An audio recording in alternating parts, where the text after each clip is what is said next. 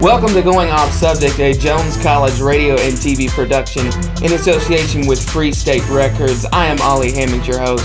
Of course, in studio today with me is the great producer, Matt McGuffey, and our very special guest is Jones College football coach, Coach Kwesi Drake. Coach, thank you so much for coming in. My pleasure, my pleasure. I appreciate you guys inviting me and offering me the opportunity. Hey, we love it. First question, I always ask everybody this, so we want to get to know you more. Mm-hmm. So give us your background. Where'd you grow up? What was your childhood like, and what sports did you play growing up? Okay, I'm originally from New Orleans, Louisiana. Well, a subdivision of New Orleans called Marrero, Louisiana. All right. And I went to Destrehan High School. A little side tidbit: I played high school football with Hall of Famer Ed Reed. He was he was everything. He played quarterback, free safety, cornerback, punter, kicker. He was a plug and play type of guy. I played football at Auburn. After Auburn, I went into law enforcement. I did 16 years at the Lee County Sheriff's Office. I was an investigator. I was in charge of 10 investigators and 2 evidence technicians. And in that line of work, I have pretty much done everything in law enforcement. I've done protection details for the governor. I've done undercover work, homicides, rapes, burglaries, robberies. You name it. Work CIs, done drug trafficking, human trafficking, dog fighting. You name it. I've kind of touched a little bit in every area. Yeah. Mm-hmm. So you weren't ready for that, were you? Football coaches, you expect. I played high school football. I became a graduate. So you went into law enforcement. I did. Out of Auburn. Yes. So I'm guessing you majored in criminal justice. I majored in psychology. You know what, man? I never really thought about law enforcement. I'll just tell you how it kind of happened. They had a special career fair for student athletes. So it was nothing but student athletes at this career fair. And they had a Secret Service booth. And, I'm on the team, so I was in much better shape then than I am now, but looking good. I was wearing a suit. And I'm just walking around, meeting certain people, meeting certain businesses and recruiters, and nobody was at the Secret Service booth. Yeah. And then I walked by, and one of the agents, she was like, "Hey, come talk to me for a second." I'm like, I'm looking. You talking to me? Yeah, come over here. He said, "Have you ever thought about law enforcement?" I said, "No, sir." And then, of course, he just it's like he brainwashed me and just sold me the dream. He's got a live one. Yeah, like, hey, I see you're in shape. You're a big guy. You get to do this. You get to do that. And have you ever thought about the Secret Service? And this is the cool things we do. And blah, blah, blah. And, people just think they just protect the president. Well, they also investigate counterfeit monies. They do a lot of human sexual trafficking things. They do multiple things than just protection details. And so when he told me that, it was like, I never thought about that, and that sounds really interesting. I'm like, well, what steps would I need to take? And he was like, well, the first step is, probably getting to your local law enforcement, and, we exchange cards, and he's like, I can start walking you through the process, because it's like a 3-year-long process. It's not like, oh, you apply, and now you're a Secret Service agent. So I did that, and I kind of fell in love with law enforcement. But, during that entire time, I've always had people tugging at me about coaching, but I wanted to be different. I kind of like to go my own lane and create my own path. My dad was a school teacher and a principal, and of course he coached football, women's volleyball, women's basketball, women's softball. My brother's a coach. He coaches for the USFL, the Houston team, but he's coached at Kansas. He's coached at Colorado. He's coached at Tulane. He's coached at Memphis. So my grandfather's in the high school coaching Hall of Fame in Louisiana. He's won multiple state championships. So everybody in my family has been in coaching or education. Yeah. I wanted to do something a little different. So that's how I got into law enforcement. So have you ever watched the NFL Films Icon documentary? I think it's on Amazon Prime. I don't think I have. But there's one on the first one's on Brett Favre. Mm-hmm. And Brett Favre always talks about how his dad was a coach. And how when he said my dad was so tough on me that whenever I went anywhere, I was like, well, at least I ain't got to eat dinner with him. Yeah. You had that scenario.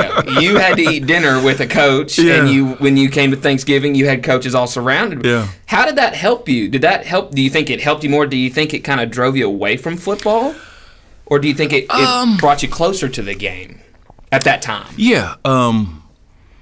Well, because I was a player, I was always into talking about sports and talking about the game and finding out the cheat codes. Okay, maybe I can do this a little bit better, and understanding the coach's mindset, because the coach's mindset is very, very different from a player's mindset. Like I talk to my players all the time, especially when they go the wrong way on a certain play. I'm like, look, you only have to know what you have to do. I have to know what everybody has to do. But as a player, you really don't grasp that. It's like my brain is overflowing with plays. I got all, so it's just a different aspect. It didn't drive me away, and it really didn't pull me closer. I've always been, I don't know if black sheep is the right word, because everybody, my family loves me, and I love my family. You travel a different road. I just like to do things a little different. Yeah. If everybody's going to eat vanilla, I don't even want chocolate. I want pistachio almond. You know what I mean? I want to go I want to go way different. Yeah. And that's just kind of my thing. It's kind of what the Lord has blessed me with. Well, that's awesome. So back to the law enforcement thing, which I'm still trying to grasp. So how did you get? So you talked to Secret Service guy. How did you get started? How did the road begin to that? So the first thing, of course, you have to apply. And so the guy I had met, he was out of Tennessee, so he wasn't local.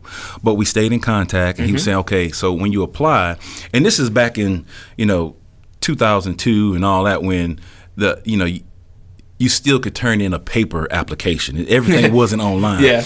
But, that was the option. He said, look, I'm just telling you, the best thing to do is you fill out the application, but you bring it in. And when you bring it in, you ask to speak to the agent that's in charge. Okay. Just so you can hand it in, introduce yourself. That goes a long way. So that's what I did. And, of course, you have to meet certain requirements in the application process. And then there's a test.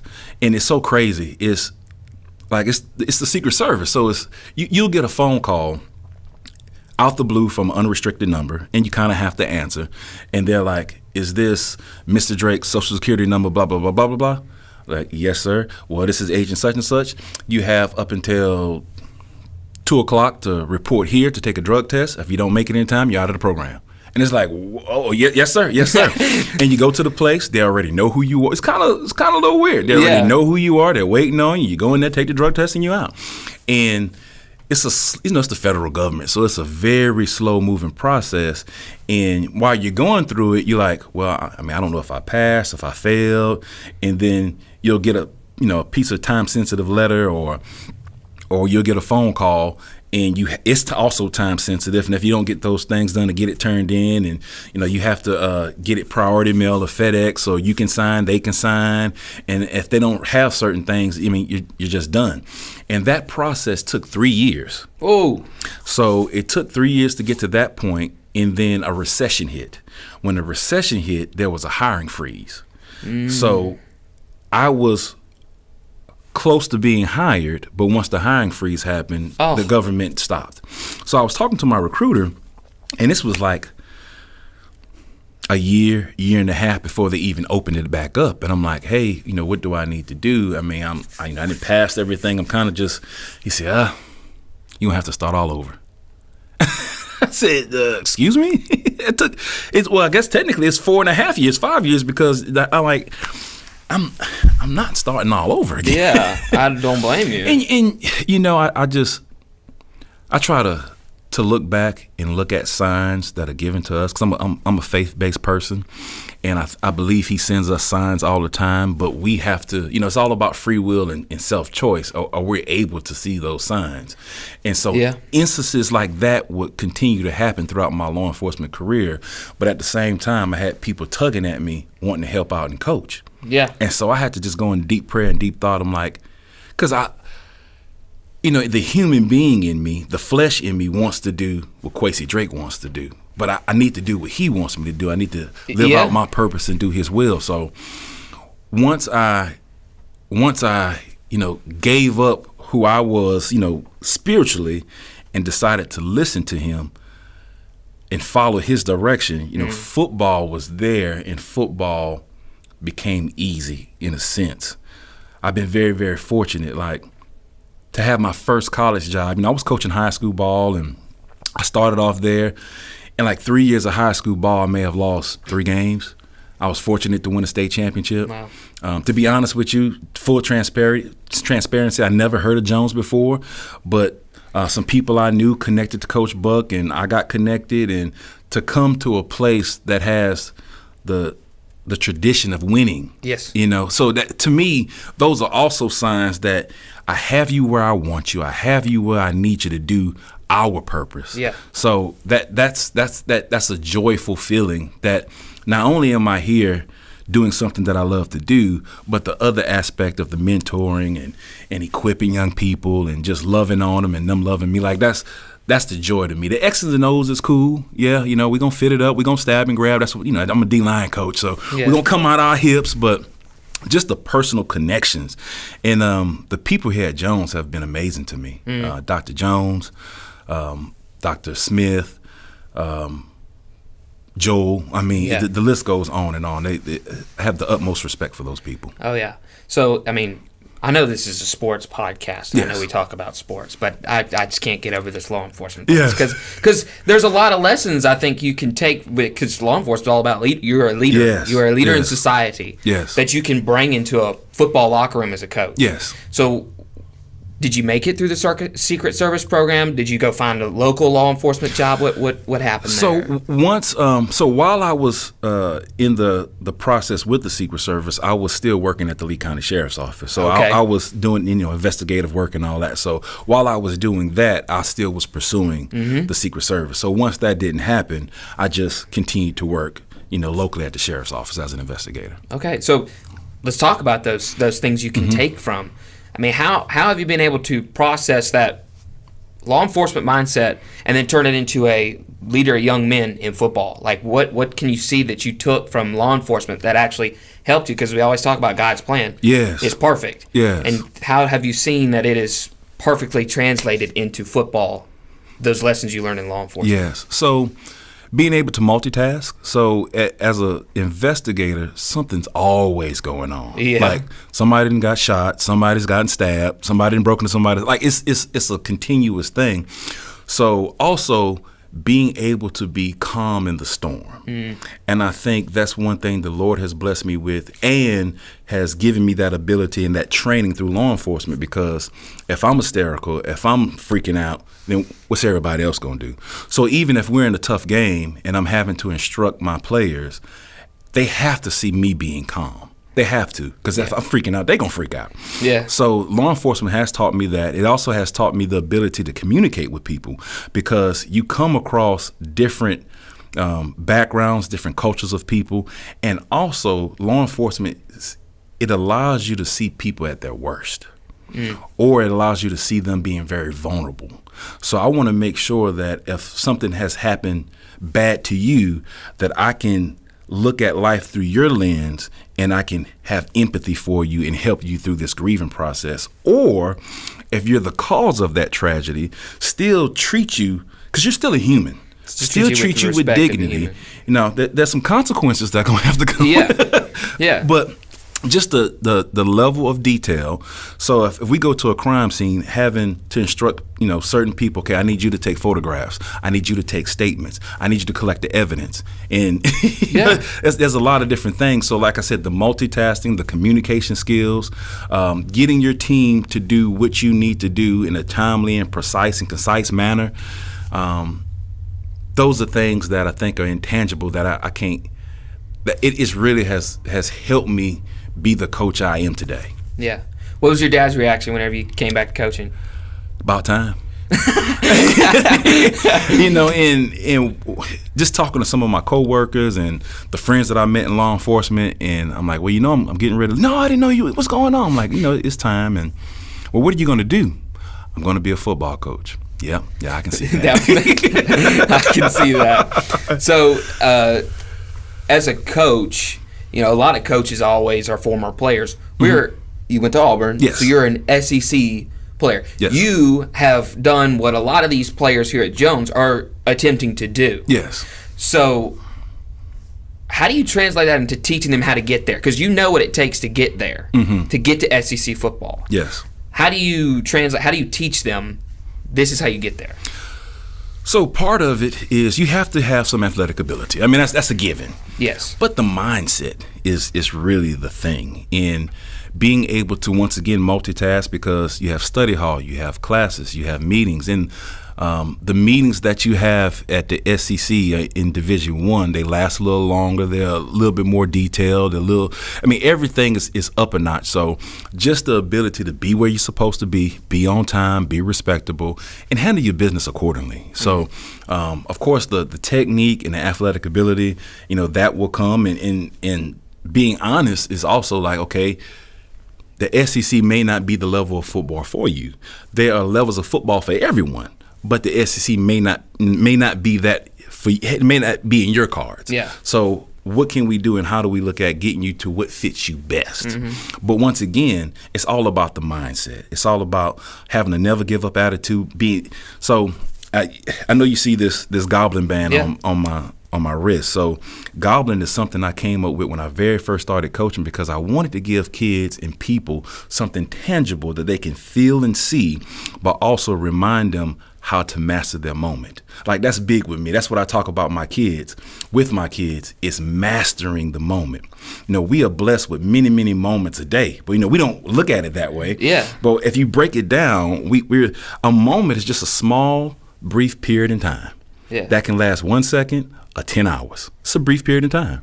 So what can I give my young men, and for me too, because I'm human, what can I give myself to help me master that moment? So if you play D-line here at Jones, we're going to have a conversation about what Goblin means, what it stands for, and how to represent Goblin well. I'll just go over really, really brief. I want to be great at every single thing I do. Not mediocre, not okay, not just I'm going to do enough so coach doesn't say anything to me. I'm going to do enough so the teacher doesn't get on me. I want to be great. I want to excel at it. I want to be a great father, a great husband, a great friend, a great brother. I want to be great at every single thing I do. So helping kids understand that, because that's kind of the culture in 2023. I'm just going to do enough so somebody doesn't say anything to me. Yeah. No, we want to be great at it. The other part of G, so it kind of has dual meanings. I want to give myself wholeheartedly to things and to people, because I'm still trying to master my moment. So Ollie, you and I having this conversation here, I want to give myself wholeheartedly to you. I want you, when we leave here, I want you to feel like I opened up to you and we were one, so to speak, if that makes sense to you. So give yourself wholeheartedly to things without the expectation of receiving nothing in return. That's the mindset, because if we do that, you'll be blessed 10 times fold without even knowing it. You know what I mean? Mm-hmm.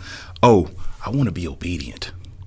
People miss that sometimes. That's a good one. Yeah. I want to be obedient to my wife. I want to be obedient to the word.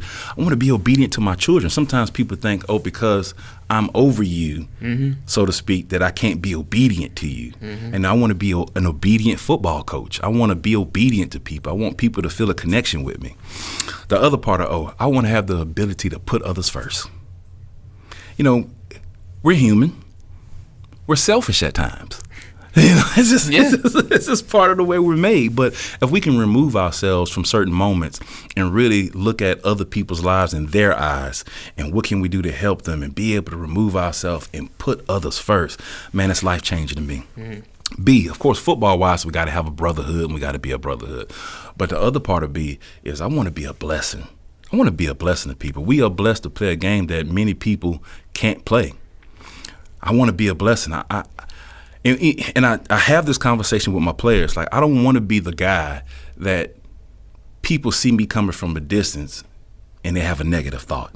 Like, here come Coach Drake. Yeah. Or here come Ollie. Yeah. No, I want your interaction to be with, even if it's just a small brief, because what I want to do, I want to what? You got to lead me through. I want to master my moment. Master the moment. So even the small passing somebody in the hallway, or passing somebody as we're walking on the lawn, I try to make eye contact and say, hey, how you doing? Just that brief moment. Because I want to be a blessing to people. I want every interaction somebody has with me be a positive one, no matter whom it's with. Yeah. You know what I'm saying? L, leadership. We already talked about leadership. The thing about leadership is you have to know when to lead and when to follow. And also, I think sometimes this world is inundated with inadequate leaders. The thing about leadership that many people miss is leadership is service. Mm-hmm. Like, I'm leading you, but how can I service you? How can I help you be the best version of yourself every single day? Once again, what we trying to do? Trying to match the moment. Come on, Ollie. Now you with me, baby. We're trying to master our moment. So leadership is very important, but the other part of L, which I think if the world would grasp, it would change, and that's love. We got to love people. We have to love people for who they are, and sometimes, depending on the situation, we still have to love people from a distance. Because everybody's not going to get along. But the love part comes, like, let's say you and I have a disagreement. Let's have some conversations. I want to understand where you're coming from. I want to listen to you. I want to learn from you. Well, that's rare. Yeah, exactly. Because we're talking about love. Yeah. But even if we can't come to a common ground, where I think people make the mistake is now, because I feel some type of way, now I wish ill will on you. We can't do that. We can't, even though I may disagree with you, I still want you to prosper. And I still, and this is what the Lord has laid on my heart. I'm going to pray for you. I'm going to pray that he opens my heart and my mind. And I pray that he opens your heart and your mind. Because love will change the world if we all just grasp that concept, you know? Wow. That's awesome, man. I'm going to finish right quick. I'm going to read real quick. Integrity. You got to have integrity, doing the right thing, even if somebody knows or doesn't know that you did it, doing the right thing. My favorite letter, I want to inspire. I want to inspire greatness. I want to inspire you to give yourself wholehearted, to be obedient, to be able to put others first, to have that brotherhood, to be a blessing, to love, to have leadership. I want to inspire that. And it's funny that what's the motto of Jones? Inspiring greatness. Inspiring greatness. Isn't that beautiful? Yeah. Last letter, N, never give up. No matter what's going on in your life. So we also have this saying in the D-line room, whatever it takes for however long it takes. See, people are willing to do whatever it takes, but sometimes they don't want to do it for a very long time. So whatever it takes for however long it takes, and have that never give up attitude. That's awesome, man. So let's get back to your origins of coaching. Mm-hmm. So you begin coaching. I'm going to go coach. Where'd you coach first? What did you coach first? So I've always been a defensive line coach, and my first coaching job was semi-pro. Really? Yes. And once again, I'm working at the sheriff's office. They're starting the semi-professional league, locally. Yeah. One of the deputies, big guy, ended up playing he played at East Carolina. He's coming in my office, man, we're going to play. I said, man, I'm not playing football. You can. I'm not. And he's like, well, just come help and coach. Come help and coach. Come help and coach. And so finally, I just gave in. And when I went out there, even though I was coaching people that were technically done playing high school ball, we had some guys out there that played at Auburn that were done playing. We had some. Most of them did play collegiately, which was great. So I was coaching men. So how do I coach men and not children? And that was a great lesson, and just the connection. It still all goes back on love and respect. If you love and respect your players, no matter what their age is, things will work out well. And once they know that you care about them and you genuinely love them, and you know how to coach them. So, and I'm sorry, Ali, I go off from time to time. So one of my coaching things that I really have been fortunate to understand. So, and this goes back to leadership too. When I coach a young man, so let me sidestep. You've heard the golden rule, right? Yeah. Treat people like you want to be treated. Yep. That's wrong in a sense. Like the big goal of it is right. Hey, treat people right. That's the main goal of it. Mm-hmm. But the saying treat people how you want to be treated is slightly wrong. Do you understand why? You have to walk me through it. You want to treat people how they want to be treated. Because the way I want to be treated may be totally different from the way you want to be treated. So in leading and in coaching and inspiring people, I have to make sure I'm talking to you in the language that you can receive, that I'm teaching you and I'm leading you in the manner in which you want. Because it may be different from player A to B. And when I get to player B, I need to treat him and coach him how he wants to be coached and treated. And that way, and I think good leaders are able to do that. You can't just, what's the saying, stick a square peg in a round hole. Yeah. You can't do that. You have to customize it to each individual. And a lot of because you have a team, a group of people would like to be coached the same way. This group of people would like to be coached the same way. But we have to be able to teach them and reach them in the language that they can receive the message, if that makes sense. Yeah. Wow. So the next question is, all right, you're from Louisiana. Mm-hmm. You go into the Secret Service. You attempted. I'm trying to. Yeah, I tried. Then you go into coaching. How did you end up here? So, Coach Buckley, his good friend is Skylar McGee. Okay. Skylar McGee is from Mississippi. Yeah. So while I was still coaching high school, when I coached high school ball, I still was an investigator. So I was averaging 3 hours of sleep a night. It was it was a tough time. But during the summer, I would go and work camps. I would volunteer and just work camps. Of course, I had a connection at Auburn. I worked those camps. I had a connection at Georgia State with a friend of mine. Mm. So when I was at Georgia State, Skylar McGee was the defensive line coach there. Him and I formed a relationship. So I did that for like 2 years. Just, I'd stay in contact with him, talk to him, go up there, work the camp. So when Coach Buckley contacted him, said, "Hey, I'm looking for a D-line coach. Do you have anybody in mind?" He spoke my name. He said, "This guy's a little different. He doesn't have the resume that a lot of people would, but he'll do an awesome job, I guarantee you."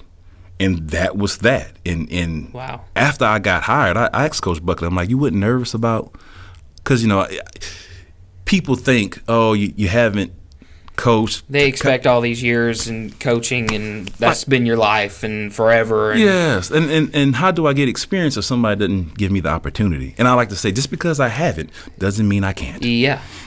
So he said, "Coach, I trust Skylar. When Skylar spoke your name, he spoke highly of you. That's all I needed." So that was a blessing. Wow. That was a blessing in itself. Yeah. Yeah. So he called me up, told me a little bit about Jones. And like I said, I'm being transparent, never heard of Jones, because in Louisiana, the few JUCOs we have is baseball, is basketball, same thing in Alabama, not football.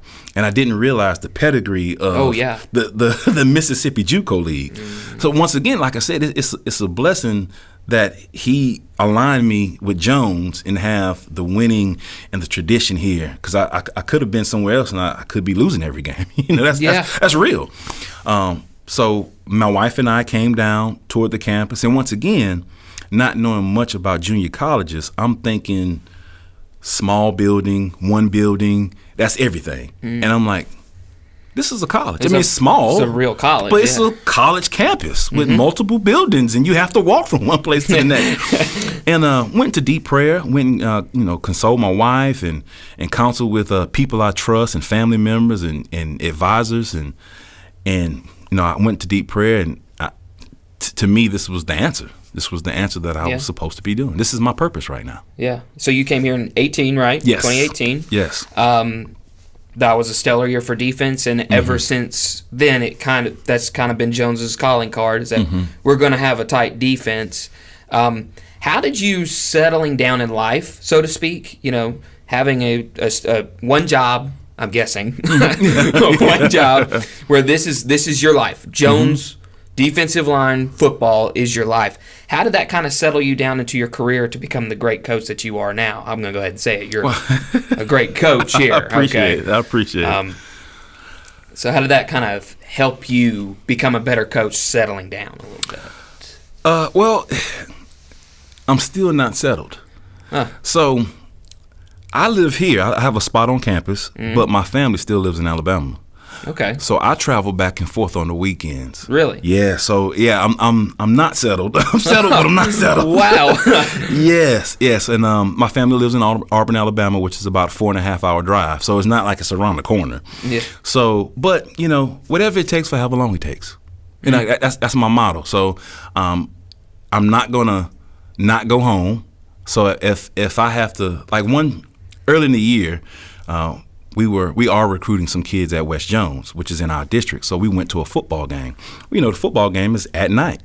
So after the game, I still drove to Alabama because I want to see my family. I want to be around my kids. I have, 2 young boys, 1 7 and 1 5. So any second with them, I'm going to seize that opportunity. Yes, so I'm settled, but I'm not settled. But I'm comfortable, my mind and my heart is at ease because I know this is my purpose at this moment. Because I still want to master my moment, Yes, sir. and I want to be rooted where I'm planted. If that makes sense.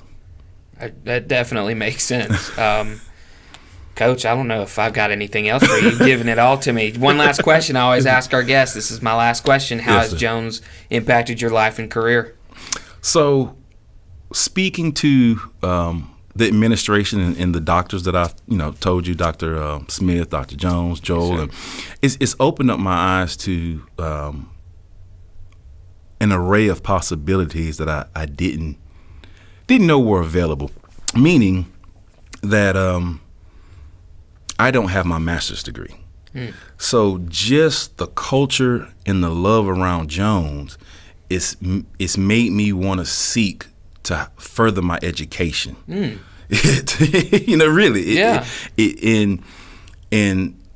Coaching is part of my process and part of my path right now, but that may not be my end goal. I like to be an open-minded person. So right now, I would love the opportunity to get into grad school and to learn more about higher education and administration, and that's intriguing to me. So Jones has helped shifted my mindset and opened up other possibilities that I didn't even know was there. Wow. If that makes sense. Yeah. I know I say that a lot. No, it does. I mean, that's so cool, man. Mm-hmm. That's so cool. Well, thank you for coming in. I mean, it's been a pleasure having you in studio. My pleasure. Well, you've been listening to Going Off Subject, a Jones College radio and TV production in association with Free State Records. Of course, helping cast my bronze voice over your speakers was the great producer, Matt McGuffey. And we'll see you next time.